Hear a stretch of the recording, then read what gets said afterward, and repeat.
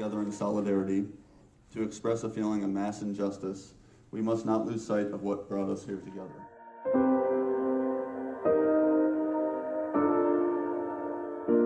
We have peaceably assembled here, as is our right.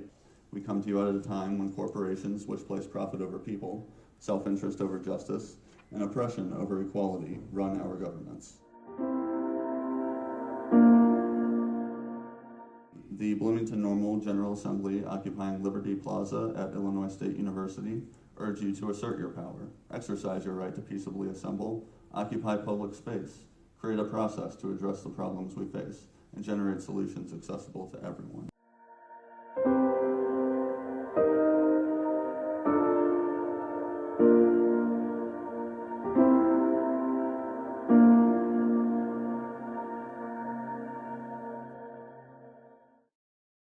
This all started by the counterculture magazine Adbusters. Over the summer, the magazine's editors and publishers called for all readers to occupy Wall Street on September 17th. It certainly got some inspiration from previous movements and previous recent movements in other countries.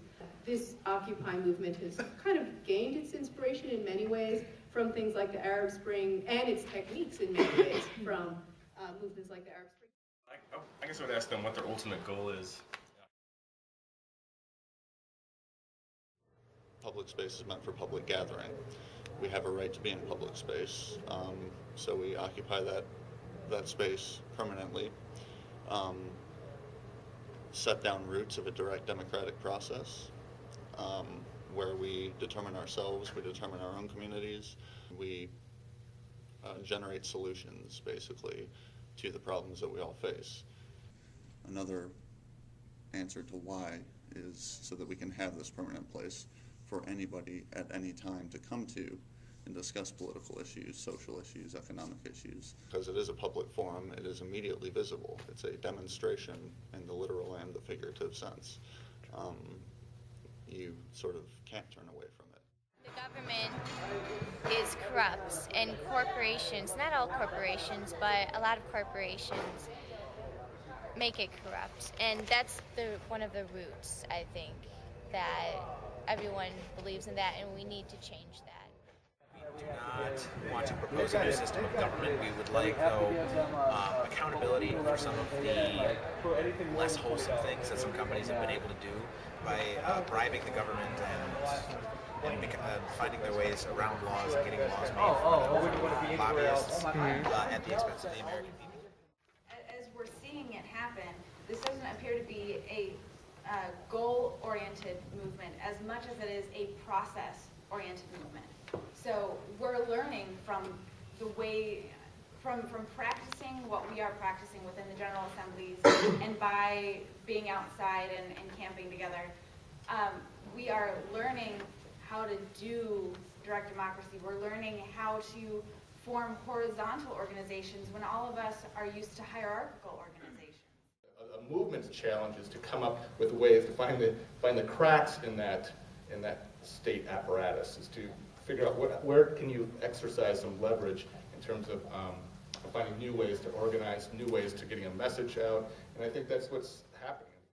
There are a lot of things that people within this movement are against, and that list of grievances that is in the Declaration, some people agree with all of them, some people agree with most of them, some people agree with a few of them. I think what is at the heart of this movement, what it is for, is truly direct democracy. Because that's what we're doing, that's what we're practicing. It doesn't really say that in the Declaration, but from what I've seen, us practicing, I think that's really what's at the heart of this movement. I would ask, what is one policy change that they would want to see happen? I'm from Colombia, a Latin American country, and it's very interesting to see how the place of democracy, the United States, is complaining about democracy. So what you get is a sort of, and what we're seeing more and more is a corporatocracy. You've got corporations determining the political process, and that manifests itself in a number of ways. through, a global financial collapse for one, but then also through, the exponential rise in student debt, sort of devastation of the farming industry. Consumer individualism has become the dominant ethos of ordinary life, in which your freedom and your liberty is largely calculated in your ability to buy what you want as cheaply as possible. And let's not kid ourselves, we all actually like it. I have an iBook, I have a MacBook, I have an iPhone, there's a Mac sitting on the front row here, right? All these things were insanely expensive when I went to college, when I went to university. We all enjoy that, right? And there's a real temptation there. On the other hand, at the end of the day, it's also why Illinois State University is $20,000 a year to go to now, because we no longer invest collectively in higher education. And I think what you've got is a real debate, beginnings anyway, of a debate between, is that kind of consumerist individualism the actual touchstone standard of the life you want to lead, or is in fact some sense of a greater sense of shared community and sacrifice the kind of life you actually want to lead? And you're 30 years behind the fight, but on the other hand, so were they 30 years ago. So it's a process, and this is the beginning.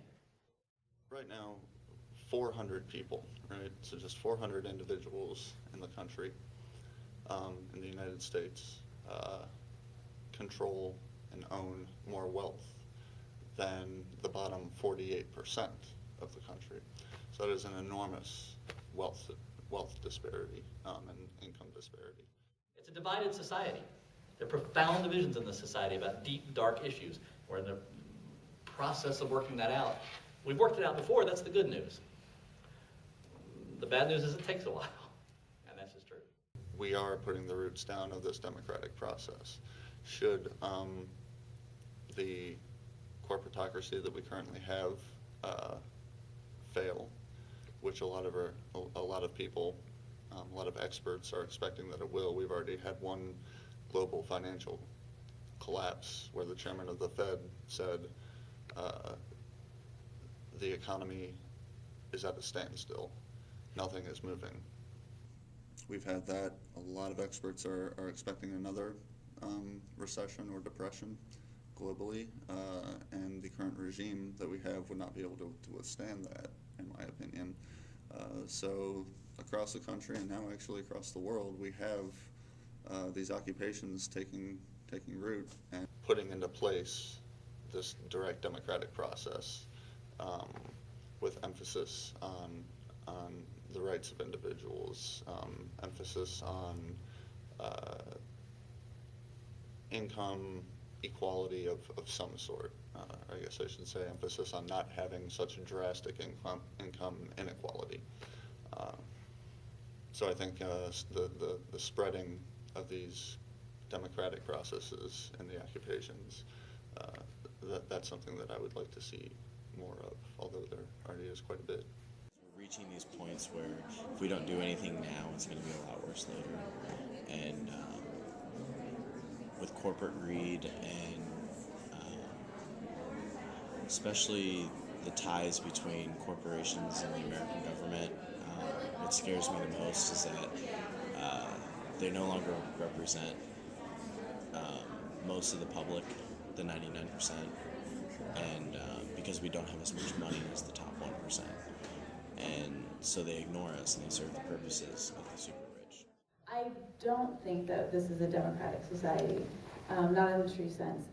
But how can you square this this idea of democracy, which I hear keeps coming up, with our electoral system?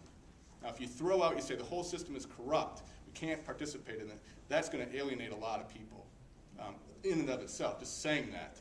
But if you can say, well, we're all for democracy, we all share that, libertarian, Republican, Democrat, Green, Communist, Socialist, we all agree with that. That's a universally shared value. How can you channel that or craft that into an agenda? We've got some good things going on here. Well, let's take that a step further. Let's make it better. Society always has room for improvement, so let's push it towards improvement. The legal system still exists. The social structure still exists. They've been wounded, right? But we hope that they can be restored. Normally, protests and demonstrations are more or less exclusive So you'll have the food movement protesting, or you'll have animal rights protests, or you'll have, audit the Fed protests, or, labor union protests. So those are all great, but they're all focused on one specific manifestation of this core problem. We are much more inclusive. We look at all of these different problems that there are all these different separate protests for, and we trace it back to this very obvious root problem of the intermarriage of corporations and politics. And so in that sense, we're different. Also, we are a permanent, full-time demonstration. The fact that the list of grievances is so long and at times so vague, and some might argue a couple are completely misinformed or, maybe go in a different direction, do you think that that has been a deterrent to an increase in numbers of people following the movement? Perhaps they see a couple grievances and they think, well, I totally don't agree with that, so I'm not going to belong to this. As soon as we start getting into specifics, then we start isolating people, and we can't forget that the central focus of this movement is that we're the 99%, and so we want to keep it that way, and we don't want to start excluding people by including One of the more interesting features of this movement is that it's very vague in its aims and its goals, and I think that is a frustrating characteristic for the elites. It is wrought with problems perhaps down the line, but I think at this point in time, I think that it's an exciting feature of it. I echo the point about a seeming lack of clarity in, I think, both the movement target, so whether it's targeting the state or the private sector, but then also the movement's goals, what it's trying to accomplish. And we heard from the declaration a list of grievances. Grievances, I think, are very different from demands, and I study social movement impact and outcomes, and my sense is that one of the best ways to have an impact and have outcomes is have specific demands, have specific things that you're asking for, rather than complaints about the system as it is, because it's very hard to concede to grievances. It's sometimes relatively easy to implement reforms that at least get at demands in some way, even if they don't concede to them fully. You're not being heard. You have to be heard in the media. If you're not heard in the media, the American people don't have a clue what you're trying to do, okay? You can't make demands until you're heard. I guess I think that the vagueness of it is both a strength and a weakness of the movement. I think if you're on the inside, you see it as a strength, but if you haven't really jumped on board and you're just looking from the outside, it appears to be a weakness. You are going to stay outdoors until what happens? And make the potential of it is how long can it maintain its place in the public discourse?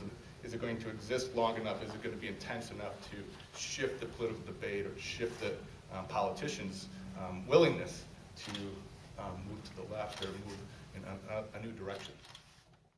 Before Occupy Wall Street became a major influence, they were mostly talking about the national debt. After Occupy Wall Street gained momentum, the media started talking more about unemployment. So we are having an effect. So even if this movement fizzles out tomorrow, the people that participated in it will be affected for the rest of their lives, especially those that have been most involved. I think that's one of the dangers of social movements from the perspective of the elites. That changes the way people think about the world and their relationship to one another. And even if it doesn't transform society by next July, it's going to have an impact. And that has been the case in any movement we've studied. And then you have the additional shattering question, which is that there's going to be a debate between those sets of persons who believe working within the system is the most effective way, and those who are frustrated by the long-term inability of the system to change or to change as rapidly as they desire, and those persons tended towards the more violent groups. Once the more violent groups became the face of that movement, the state responded as the state does. So that would be my question. Because that's a source of constant debate within our group.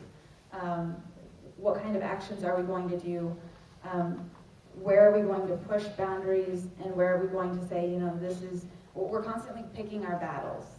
But we are trying to figure out, okay, but where are there laws and things that we do find unjust and that we feel deserve pushing? Eventually, the movement has to appeal to people like middle-class Americans. It has to make sense to them in their terms. And learning how to negotiate that is going to be a next step down the road. And I think that even if the occupation is not able to remain outdoor for the length of time that we'd like to, this is an awakening, and we're not going back to sleep. So I think that even if the winter kind of makes it less of a visible movement in terms of the public sphere, we're not going to stop growing, and we're not going to stop planning for the future. And if the winter slows us down, that means that we're only going to come back twice full in the spring. So Occupy BloNo is not going anywhere. There are these two kids that I babysit, because I work at a babysitting business, and their father had recently got laid off from a factory, and their mom was trying to hold them together, and their dad was so depressed he didn't know what to do. Like 2 years ago, he got his gun, he killed his sons, he killed his wife, and then he killed himself. It was 7 years old was Tommy, and Angelo was 11 years old. The big corporations don't care. They're just like, oh, one less mouth to feed, one less person. But really, it's really sad. A guy feels like he has to provide for his family and stuff, and he wasn't feeling that. In his suicide letter, he wrote about how he wasn't able to, and how he felt really terrible, and how he didn't want his sons or his wife to keep on going in the crappy world anymore. And yeah, that's what makes me stay here.